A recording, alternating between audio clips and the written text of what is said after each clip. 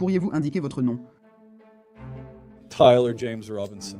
Tyler Robinson, le suspect du meurtre de l'activiste politique Charlie Kirk, qui a été froidement abattu la semaine dernière devant une foule nombreuse dans l'Utah, a officiellement été inculpé et a comparu pour la toute première fois devant le tribunal. Nous analysons tous les aspects juridiques des développements d'aujourd'hui, des charges retenues aux preuves. Est-ce que quelqu'un d'autre va être arrêté? Et surtout, à quoi pouvons-nous nous attendre ensuite? Bienvenue dans Sidebar, présenté par Law & Crime. Je suis Jesse Weber.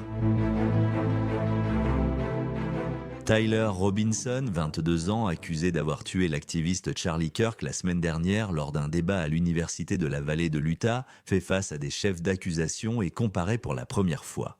Je veux parler de ce qui vient de se passer à cette première comparution, d'accord? Nous aborderons chefs d'accusation, défense, preuves, désaccords et d'autres aspects. Des accusations fédérales, mais comment la journée a commencé? Une conférence de presse a eu lieu dans l'Utah pour annoncer les accusations de l'État contre Tyler Robinson. Voici Jeffrey Gray, procureur du comté d'Utah. Je dépose une plainte pénale accusant Tyler James Robinson, âgé de 22 ans, des crimes suivants. Chef d'accusation numéro 1, meurtre aggravé, un crime capital pour avoir intentionnellement ou sciemment causé la mort de Charlie Kirk dans des circonstances ayant créé un grand risque de mort pour d'autres personnes.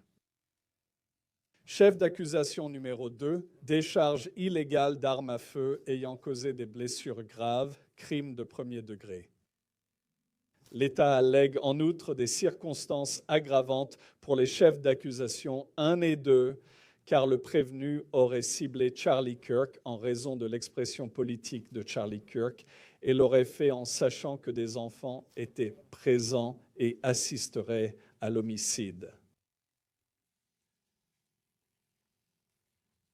L'État poursuit également le prévenu pour le chef d'accusation numéro 3, entrave à la justice, un crime de deuxième degré pour avoir déplacé et dissimulé le fusil utilisé lors de la fusillade.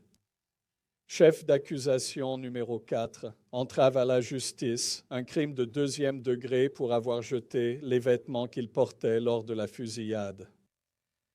Chef d'accusation numéro 5, subornation de témoin, un crime de troisième degré pour avoir ordonné à son colocataire de supprimer son message incriminant.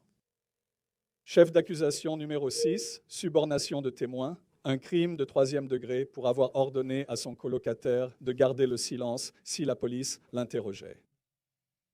Et chef d'accusation numéro 7, commission d'une infraction violente en présence d'un enfant, un délit de classe A, pour avoir commis un homicide en sachant que des enfants étaient présents et pouvaient avoir vu ou entendu le meurtre, et ce, en raison de l'expression politique de Charlie Kirk. D'accord, encore une fois, ce sont des accusations au niveau de l'État, pas des accusations fédérales, des accusations au niveau de l'État. Gray a annoncé qu'il prévoyait de déposer un avis pour requérir la peine de mort ici. Oui, il y a quelques nouveaux détails. Oui, il y a de nouvelles accusations car l'affidavit d'origine mentionnait déjà le meurtre, l'entrave à la justice et la décharge d'armes à feu pour lesquelles il a été inculpé. Nous savons maintenant qu'il existe des circonstances aggravantes liées aux enfants, à l'expression politique, ainsi qu'à des accusations de subornation de témoins, d'entrave et d'infractions violentes. C'est nouveau. Et d'ailleurs, Gray a également révélé beaucoup plus de détails qui vont être déterminants dans cette affaire. Je lis à partir des informations criminelles qui ont été déposées ici. Il n'y a pas toujours de grand jury dans l'Utah, mais cela équivaut à un acte d'accusation, une information criminelle. En plus des vidéos de surveillance ayant filmé Robinson avant, pendant et après la fusillade, même sur le toit, écoutez ceci. Ils disent qu'il a laissé le fusil dans les bois juste après la fusillade, non? L'information précise que le fusil, les munitions et la serviette ont été envoyés pour analyse médico-légale. De l'acide désoxyribonucléique, correspondant à celui de Robinson, a été retrouvé sur la détente, d'autres parties du fusil, la douille tirée, 2 des 3 cartouches non tirées et la serviette. Waouh! Oh, et je cite, « La police a perquisitionné le domicile de Robinson. Lors de la perquisition, la police a trouvé une douille avec des gravures semblables à celles des douilles du fusil près de l'UVU. La police a aussi découvert des cibles criblées de balles chez Robinson. Ils ont des preuves le liant au crime présumé et cherchent aussi à montrer la préparation et la planification. Et ces gravures qui ont été trouvées avec l'arme du crime présumé, de quoi suis-je en train de parler? Remarque la bosse, OVO. Qu'est-ce que c'est? Et attrape, fasciste. Oh bella ciao, bella ciao, bella ciao, ciao. Si tu lis ça, tu es gay. Donc, on revient à l'idée suivante, s'ils ont trouvé des gravures chez lui qui correspondent à cela, c'est assez solide. Tu pourrais penser, en regardant Sidbar, que tu as tout vu. Détrompe-toi. Pourquoi 50 façons d'attraper un tueur. Cela présente des affaires où les enquêteurs ont dû changer de méthode pour arrêter des tueurs. C'est présenté par 50 Cent et ce n'est pas ton émission criminelle habituelle, d'accord? C'est une aventure pleine de rebondissements et de tensions avec des enquêteurs qui sortent des sentiers battus pour résoudre l'affaire. Des mises en scène inoubliables aux révélations choquantes. Chaque épisode prouve que lorsque les meurtriers pensent s'en être sortis, ils devraient y réfléchir à 2 fois. Regardez 50 façons d'attraper un tueur avec 50 Cent uniquement sur Fox Nation. Les informations montrent aussi que les parents de Robinson le soupçonnaient d'être le tireur d'après les images diffusées par les forces de l'ordre. Ils lui ont téléphoné et ont demandé à un ami de la famille de l'aider à aller aux autorités. Vous évoquez maintenant des témoins qui vont témoigner contre lui, c'est ça? Mais il faut qu'on parle de ce colocataire. D'accord, ce colocataire est vraiment crucial pour cette affaire. Vous avez peut-être vu des reportages où le gouverneur Spencer Cox annonçait la coopération du colocataire. Et maintenant, vous voyez comment Robinson est accusé d'avoir essayé de pousser ce colocataire à supprimer des preuves et à garder le silence. Mais les informations criminelles et Gray, mon Dieu, ont révélé autre chose. Cela a confirmé ce qui avait été rapporté, à savoir que Robinson était apparemment dans une relation amoureuse avec ce colocataire, dont la mère de Robinson affirmait qu'il s'agissait d'un homme biologique en transition de genre. Mais voici ce que disent les informations criminelles. Le 10 septembre 2025, le colocataire a reçu un service de messagerie courte de Robinson. Laisse tout, regarde sous mon clavier. Le colocataire a regardé sous le clavier et a trouvé un mot qui disait « J'ai eu l'occasion d'éliminer Charlie Kirk et je vais la saisir ». La police a trouvé une photographie de ce mot. Après avoir lu le mot, le colocataire a répondu par texto « Quoi ?» avec de nombreux points d'interrogation et « Tu plaisantes ?» Robinson répond à cela, je vais lire des extraits de l'échange. Je vais bien, mon amour, mais je suis coincé à Orem encore un petit moment. Je pourrai bientôt rentrer chez moi, mais je dois d'abord récupérer mon fusil. Pour être honnête, j'espérais garder ce secret jusqu'à ma mort de vieillesse. Je suis désolé de t'impliquer là-dedans. Le colocataire écrit « Ce n'est pas toi, non ?» Et Robinson répond, ou Robinson aurait répondu « C'est moi. » Je suis désolé. Le colocataire demande plus tard « Pourquoi ?» À quoi Robinson aurait répondu « Pourquoi je l'ai fait, colocataire ? Oui, Robinson. » J'en avais assez de sa haine. Certaines haines sont non négociables. Le colocataire demande aussi « Tu prépares ça depuis quand ?» À cela, Robinson aurait répondu « Un peu plus d'1 semaine, je crois. » Ensuite, Robinson aurait évoqué l'obtention du fusil. Je regrette de ne pas être revenu en arrière pour le prendre dès que je suis arrivé à mon véhicule. Je m'inquiète de ce que mon vieux ferait si je ne ramenais pas le fusil de grand-père. Je ne sais pas si j'avais un numéro de série, mais il ne me serait pas lié. Je m'inquiète pour Prince. Je l'ai laissé dans un buisson où j'ai changé de vêtements, faute de temps ou de possibilité de l'emporter. Je devrais peut-être l'abandonner en espérant qu'il ne trouve pas Prince. Comment vais-je expliquer à mon père que je l'ai perdu ? Il continue en disant « Tu te souviens comment je gravais des balles ? Les messages, c'est surtout un gros mème à la con. Si je vois une annonce Bulge UWU sur Fox News, je risque de faire une attaque. » Robinson aurait ensuite envoyé un message « Supprime cette conversation et ne parle pas aux médias, s'il te plaît. Ne donne aucune interview et ne fais aucun commentaire. Si la police te pose des questions, demande un avocat et garde le silence. » Donc, ce sont les accusations de subornation de témoins, non ? Et dans quelle mesure cet échange correspond-il aux allégations avancées par les autorités concernant ce qu'a fait le tireur, n'est-ce pas ? Je sais. Combien de fois parlons-nous des messages textes comme étant parmi les preuves les plus importantes que l'on puisse avoir dans une affaire criminelle ? Parfois, c'est ambigu. Qu'est-ce qu'il voulait dire et tout ça ? À mon avis, ce n'est pas ambigu, mais j'en discuterai dans un instant. Plus tard, Tyler Robinson a comparu pour la première fois devant le tribunal en visioconférence. Il est apparu depuis la prison du comté d'Utah lors d'une audience devant le tribunal du 4e district. Pouvez-vous indiquer votre nom ? Tyler James Robinson. Merci d'être là, Monsieur Robinson. Je suis le juge Graff. Monsieur Scortis. Bonjour, Votre Honneur. Vous savez sans doute pourquoi je suis ici. Sinon, je ne fais pas acte de présence. Je ne suis pas l'avocat dans cette affaire. Je travaille avec le comté pour qu'un avocat soit désigné, mais nous avons besoin que vous autorisiez la nomination d'un avocat. Merci, Monsieur Scortis, c'est le cas. Eh bien, je veux passer en revue les critères d'indigence, mais c'est mon intention, Monsieur Scortison. Très bien. Et je vous remercie d'être ici. Donc, Monsieur Robinson, vous avez droit à un avocat. Si vous n'en avez pas les moyens, le tribunal peut vous nommer un avocat pour vous représenter. J'ai analysé votre déclaration financière et constate votre indigence. Je nomme provisoirement un avocat qualifié selon la règle A pour vous représenter dans votre affaire, Monsieur Robinson.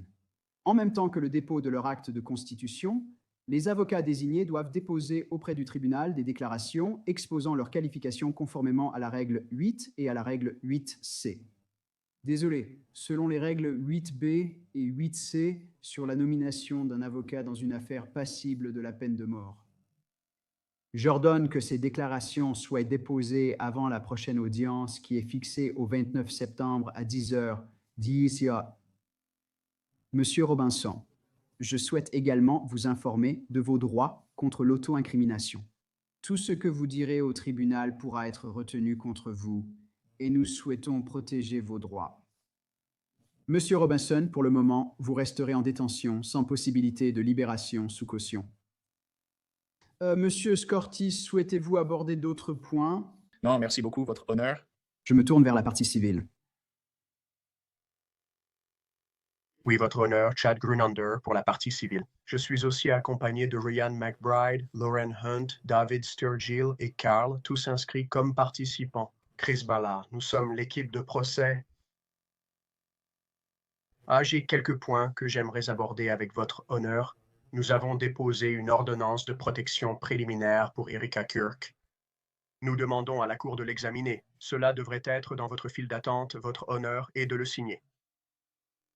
Merci. J'ai examiné l'ordonnance de protection préliminaire et je vais accorder cette ordonnance de protection préliminaire en faveur d'Erika Kirk. Y a-t-il d'autres questions que nous devons aborder aujourd'hui, maître? Pour information, nous venons de déposer un avis d'intention de requérir la peine de mort, soumis par le procureur du comté d'Utah, Jeff Gray. Cela doit figurer dans le dossier du tribunal.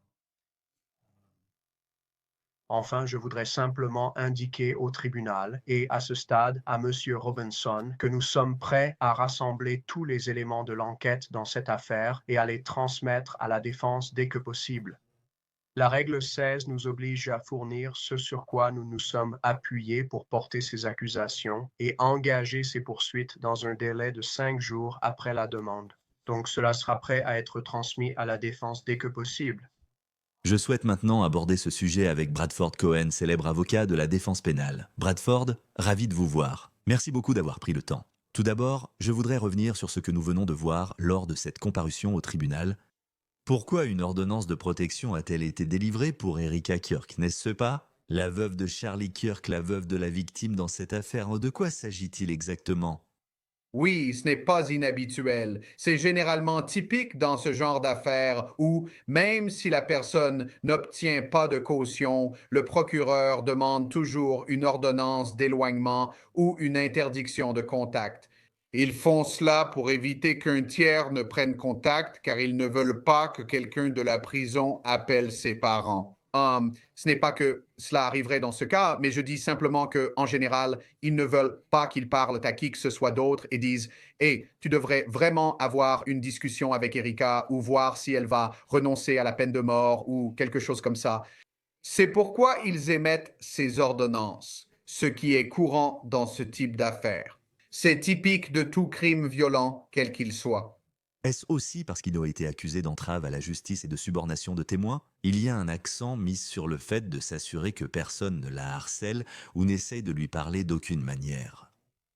Bien sûr, cela peut en être une raison. Comme je l'ai dit, c'est très courant, surtout dans les affaires très médiatisées. J'ai donc eu des affaires très médiatisées où, surtout dans ces cas-là, ils ne veulent pas que quiconque lié à l'affaire contacte la famille de la victime ou les personnes proches de lui, amis ou quoi que ce soit de ce genre. Et c'est, vous savez, une affaire vraiment horrible. Donc, je ne pense pas, je ne m'attendais pas à ce qu'ils ne fassent pas cela. Laissez-moi le dire comme ça. Je pensais qu'ils auraient mis en place quelque chose qui dirait de ne pas contacter ni sa femme, ni ses enfants, ni aucun membre de sa famille proche. Le tribunal l'a déclaré indigent et lui a désigné un avocat selon la règle 8. Un avocat est nommé selon la loi de l'Utah car il ne peut pas en engager un lui-même. Intéressant car il ne reçoit aucun soutien financier de sa famille ou ses amis. Étiez-vous surpris? Pas vraiment. Mais je pense que, vous savez, à ce stade, cette personne est persona non grata auprès de tout le monde. Je ne vois pas vraiment sa famille se mobiliser pour lui payer un avocat. Pas avec ce que je sais, si c'est vrai. Les discussions qu'il a eues avec son père, les discussions qu'il a eues avec un autre shérif qui a fini par l'aider à se rendre. Je ne suis pas surpris là, qu'il n'ait pas l'argent ou que sa famille Porner ne va pas lui donner l'argent. Ça ne me surprendrait pas non plus si certaines de ces organisations marginales, vraiment de gauche, trouvaient de l'argent à lui donner. Vous savez, dans ces cas-là, c'est vraiment assez intéressant de voir que des individus qui auraient commis des crimes horribles sont soit soutenus par différentes organisations, soit reçoivent soudainement des lettres d'amour et sont d'une certaine manière mis sur un piédestal. Et on voit ça dans pas mal de cas où les preuves sont accablantes, mais il y a quand même ce besoin de soutenir cette personne parce que les gens soutiennent, entre guillemets, la cause que cette personne aurait défendue. Et on voit ça avec Menjon à New York, où il reçoit un soutien incroyable. Et soi-disant, vous savez, il a carrément assassiné un homme qui avait 2 enfants et une femme. Donc, on voit ça assez souvent dans ces cas-là. Et je ne serais pas surpris de le voir. Je pense qu'il va être très difficile de trouver un avocat de la défense qui sera prêt à se mettre en danger pour ça.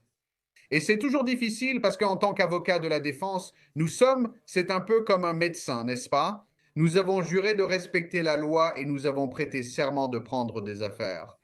Personnellement, je prends des affaires qui me tiennent vraiment à cœur. Je prends des affaires qui me passionnent. Ce type d'affaires, évidemment, il va être très difficile de trouver un avocat de la défense qui va être passionné par elle. Je reviendrai sur la défense dans un instant. Ils ont parlé du 29 septembre à 10 heures. C'est une audience de renonciation où il peut décider s'il veut renoncer à une audience préliminaire, n'est-ce pas? Dans l'Utah, une audience préliminaire permet au procureur de présenter des preuves pour décider s'il existe assez de motifs pour poursuivre au tribunal. Si le juge le juge nécessaire, on passe à la mise en accusation, puis il pourra plaider coupable ou non. Y a-t-il un avantage à renoncer à une audience préliminaire ou à ne pas y renoncer? Je ne vois pas vraiment quel serait l'avantage d'y renoncer, parce que vous voudriez quand même entendre quelles sont les preuves du gouvernement, non? Oui, tu as tout à fait raison. Donc, dans les districts où ils ont des audiences préliminaires, et il y en a pas mal, la Californie en fait partie, vous ne voulez pas renoncer à votre audience préliminaire parce que c'est lors de cette audience que vous commencez vraiment à comprendre, d'accord, qu'est-ce que les témoins vont dire, quelles preuves ont-elles, qu'est-ce qu'ils vont présenter. Et n'oubliez pas, lors d'une audience préliminaire, l'État joue aussi à ces petits jeux où il ne veut pas présenter toutes les preuves, mais évidemment, il veut montrer la solidité de son dossier et la force des preuves qu'il a contre l'individu. C'est une exigence très faible pour prouver qu'il y a des motifs raisonnables d'arrêter et d'inculper cet individu pour le crime reproché. Ce n'est généralement pas le problème. En réalité, la question ici sera de savoir s'ils veulent vraiment organiser ce genre de spectacle alors qu'ils connaissent déjà plus ou moins les preuves qui existent. À mon avis, il faut le faire. Je pense que ce serait une faute professionnelle de ne pas le faire et de renoncer à cette audience préliminaire. Je pense que ce serait une énorme erreur dans une affaire d'une telle ampleur. Mais encore une fois, d'après les preuves que j'ai vues, ce sera très difficile pour qui que ce soit de dire que ce n'était pas lui. Ce qui m'amène à aujourd'hui. Ils ont énuméré plusieurs accusations contre lui. Ce n'est pas forcément juste. Est-ce qu'il l'a fait, n'est-ce pas? Est-il coupable de l'avoir fait? Est-il coupable de meurtre aggravé? Est-il coupable d'entrave à la justice? Est-il coupable de subornation de témoins? Je vais vous dire, j'en parlais tout à l'heure. Il y a beaucoup de preuves. Je veux dire, s'ils disent qu'ils ont l'acide désoxyribonucléique, son acide désoxyribonucléique sur le fusil, la serviette, la détente et les douilles, et qu'ils obtiennent un mandat de perquisition, vont chez lui et trouvent des gravures sur une douille qui correspondent aux autres gravures. Et puis il y a les parents qui pourraient être des témoins potentiels. Tu as cette conversation avec ce colocataire. Toi et moi savons tous les deux que les conversations par message sont des preuves essentielles. Je ne comprends pas comment tu peux dire que c'est ambigu. Je veux dire, il aurait soi-disant admis que c'était lui, il a expliqué pourquoi il l'a fait, il a parlé de certaines choses. On peut penser que seul le tueur connaîtrait le fusil et ses gravures. Mais en même temps, du point de vue de la défense, est-ce que la stratégie va être d'essayer de faire en sorte qu'aucune de ces preuves ne soit présentée? Si ces preuves sont admises, on dira qu'elles ne remplissent pas les éléments très spécifiques du meurtre aggravé ou des circonstances aggravantes, comme la présence d'enfants ou un meurtre à motif politique. Est-ce la stratégie ici? Oui, je pense que la stratégie est de l'atténuer autant que possible. Ce serait mon avis. Le seul avantage, quand on parlait des audiences préliminaires, le seul avantage d'y renoncer serait s'il y avait une sorte de négociation pour retirer la peine de mort de la table et éviter de faire subir une audience préliminaire aux gens. Je ne vois pas ça arriver dans cette affaire. Je pense que la seule chose qu'ils peuvent faire, c'est atténuer les circonstances. Je sais qu'il y a beaucoup de théories du complot qui circulent en ligne. J'ai vu les vidéos, j'ai vu les preuves qu'ils présentent, j'ai lu l'affidavit de cause probable, j'ai lu ses messages. Je pense que c'est presque une tâche impossible de dire qu'il n'a pas fait ça. L'aveu au père, l'arme à feu donnée par le grand-père, qui viendra sûrement témoigner. Le père lui-même, évidemment, ils ont des opinions politiques très différentes d'après les messages et les choses de ce genre qu'il a partagées avec son colocataire. Je ne vois pas cela autrement que comme une affaire de type atténuation où vous dites, d'accord, peut-être que les circonstances aggravantes ne remplissent pas les critères. Ce n'est peut-être pas de la subornation de témoins, mais même si ça l'était, ce n'est pas exagéré de dire aux gens de se débarrasser. Du texto, supprimez le message, ne parlez pas. Ouais, et non seulement ça, ils vont trianguler ses téléphones, ils sauront exactement où il était et quand il y était. Ça va être une montagne de preuves. Il faudrait être sur une autre planète ou idiot pour croire qu'on peut résoudre ce genre d'affaires. Là? Il n'y a aucun moyen de s'en sortir et je veux juste vous donner une mise en garde. Oui,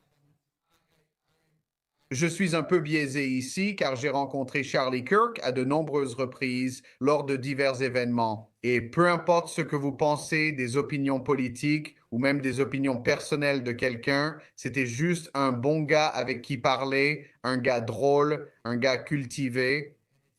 Et j'espère que ces choses-là ne se perdent pas dans ces cas où l'on parle simplement des preuves contre l'accusé et de l'accusé lui-même. J'espère que cela ne se perdra pas dans cette affaire. Et c'est une véritable tragédie. Aucun meurtre n'est un bon meurtre, mais celui-ci était une tragédie parce qu'il s'agissait de ce que nous considérons comme quelqu'un qui venait juste de quitter le champ de bataille. C'était simplement quelqu'un qui donnait son opinion sur les choses et qui a été assassiné à cause de ses opinions. je dis pareil pour l'affaire Mangione, peu importe que vous détestiez Charlie Kirk. Je me fiche que vous soyez en désaccord avec tout ce qu'il a dit. Le meurtre est de mal. Le meurtre ne peut jamais être la solution. Et pour ceux qui ne sont pas convaincus par cet argument, que diriez-vous si quelqu'un d'autre qui a une opinion différente de la vôtre disait « Vous savez quoi ? Vous et votre héros méritez de mourir pour vos opinions. C'est un terrain glissant, comme je l'ai dit avec Mangione. Je vais le dire maintenant. Ça ne s'arrête pas seulement aux dirigeants des compagnies d'assurance maladie. Ça touche aussi la politique. Ça concerne l'immobilier, divers domaines et beaucoup d'ennemis dans la société, ce qui peut mener à la violence. D'accord, je descends de mon piédestal parce que... C'était un bon piédestal. Du côté de la défense, cependant, et regardez, les preuves, s'ils peuvent présenter tout cela et que ça est accepté au tribunal, c'est un dossier tellement solide. Cependant, vous savez, meurtre aggravé. Ils essaient de dire que c'était un meurtre commis lors d'un incident. Dans certaines circonstances, cela mettait gravement la vie d'autrui en danger. L'idée de tirer un coup de feu, oui, Charlie Kirk était la cible, mais tu tires dans une foule ouverte. La défense peut-elle affirmer qu'il ne s'agit pas d'un meurtre aggravé? Y a-t-il des raisons de dire, vous savez, est-ce que ce meurtre a vraiment été commis pour une expression politique? Oui, il a été tué alors qu'il parlait de la violence armée et de la communauté transgenre, un meurtre commis devant des enfants. Ils se sont beaucoup concentrés là-dessus. Encore une fois, en revenant à ces éléments, regardez ce qui vient de se passer avec Mangione. Ils ont abandonné certaines de ces accusations parce qu'ils ont dit que ce n'était pas du terrorisme. Ce n'était pas la définition. Parlons-nous bien de cela? Je veux dire, c'est la seule chose qu'ils peuvent avancer. Je pense que ça va être très difficile. Comme je l'ai dit, il y a plusieurs choses en jeu, n'est-ce pas? La première chose en jeu, c'est de savoir s'il existe ou non une jurisprudence dans l'Utah qui répond à ces critères, n'est-ce pas? Un seul coup de feu dans une grande foule tiré spécifiquement sur un individu. Cela sera-t-il considéré comme meurtre aggravé? Je ne connais aucune jurisprudence qui aille dans un sens ou dans l'autre à ce sujet. Je pense que ce sera une affaire difficile à cause de cela. Je pense aussi que c'est difficile dans ces affaires très médiatisées. J'ai été surpris, mais pas choqué, dans l'affaire Mangione, car l'accusation de terrorisme d'État me semblait inhabituelle vu la façon dont cela s'est déroulé. Je veux dire, il y avait des enfants présents, non? C'était un grand rassemblement de 3000 personnes qui ont amené des enfants et d'autres personnes à cet événement. Je pense que c'est la seule chose qu'ils ont, c'est d'argumenter sur ces points. Mais jusqu'où cela les mène-t-il, n'est-ce pas? Au bout du compte, disons que vous éliminez certains de ces éléments. Cela reste quand même une affaire de meurtre au premier degré. C'est toujours une affaire passible de la peine de mort. Je pense qu'il y a encore assez d'éléments. De circonstances aggravantes pour que, C'est toujours une affaire passible de mort, alors on peut se demander si ça en vaut la peine. Peut-être que pour l'avocat de la défense, c'est l'occasion d'essayer de marquer un point. On pourrait essayer d'argumenter que ce n'est ni une subornation de témoin, ni un meurtre aggravé. C'est juste un meurtre ordinaire. Je ne sais pas. Je crois que ce sera leur seul argument à l'audience préliminaire. Mais je pense que ils vont à l'audience préliminaire juste pour voir ce qu'il y a et les preuves que qu'ils ont, puis essayer de monter une sorte de dossier. Je pense qu'au final, ils vont supplier pour que la peine de mort soit retirée du dossier. Et je pense que c'est très difficile, n'est-ce pas? Je pense que la famille va devoir en discuter. Je pense que cela va peser très lourdement sur la famille Kirk. Je pense qu'Erika Kirk aura son mot à dire là-dessus et sur le fait qu'elle pense ou non que cette personne devrait être condamnée à mort ou non. J'ai mon avis sur ces sujets, mais je ne fais pas partie de la famille de la victime. dans Cette affaire, et je pense qu'elle aura sa propre opinion et qu'elle agira selon ses croyances religieuses et des choses de ce genre. Ça ne me surprendrait pas. Ça ne me surprendrait pas si Erika disait, vous savez, d'enlever ça de la table. C'est quelque chose de très difficile à poursuivre, mais il devrait donc accepter de plaider coupable aux accusations les plus graves. Il devrait plaider coupable aux circonstances aggravantes. L'une des raisons pour lesquelles ils insistent vraiment sur ces circonstances aggravantes, c'est que si vous regardez le meurtre aggravé selon la loi de l'Utah, il peut y avoir la réclusion à perpétuité sans possibilité de libération conditionnelle. Il peut y avoir la perpétuité, vous savez, il peut y avoir une peine indéterminée d'au moins 25 ans qui peut aller jusqu'à la perpétuité, donc de 25 ans à la perpétuité. S'ils annoncent pour la suppression de la peine de mort, vous irez sûrement en prison à vie. la seule, oui. Ce serait la seule. Je pense qu'il demanderait la réclusion à perpétuité sans libération conditionnelle plutôt que la peine de mort. Vous savez, écoutez, dans ce genre d'affaires, à moins qu'il y ait d'autres circonstances atténuantes que j'ignore, c'est une affaire horrible, vraiment horrible. Et il y a des arguments des deux côtés, peine de mort ou pas peine de mort. Quand on fait partie de la famille de la victime, je pense que très peu de gens diraient « je ne veux pas la peine de mort », mais la famille Kirk est unique. Et je pense que ils ont de fortes convictions religieuses. Je ne sais pas ce qu'il en sera, mais je suis sûr qu'ils prendront la bonne décision. Très rapidement, avant de vous laisser partir des accusations fédérales, est-ce que c'est envisagé, j'essaie de comprendre quelles pourraient être les accusations fédérales s'il y en a. Vous savez, l'arme à feu, évidemment, n'a pas été fabriquée dans l'État où elle a été utilisée. Il y a des accusations fédérales qui pourraient être retenues concernant le commerce interétatique. Et aussi, s'il y avait une sorte de motivation politique, vous savez, on pourrait l'associer à un meurtre politique. Il y a certaines accusations qui pourraient convenir à ce genre d'affaires. Je ne sais pas si c'est la voie qu'ils vont prendre.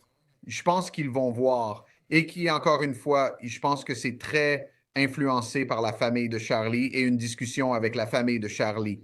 Je ne pense pas que quelqu'un va prendre une décision sans en discuter avec la famille de Charlie.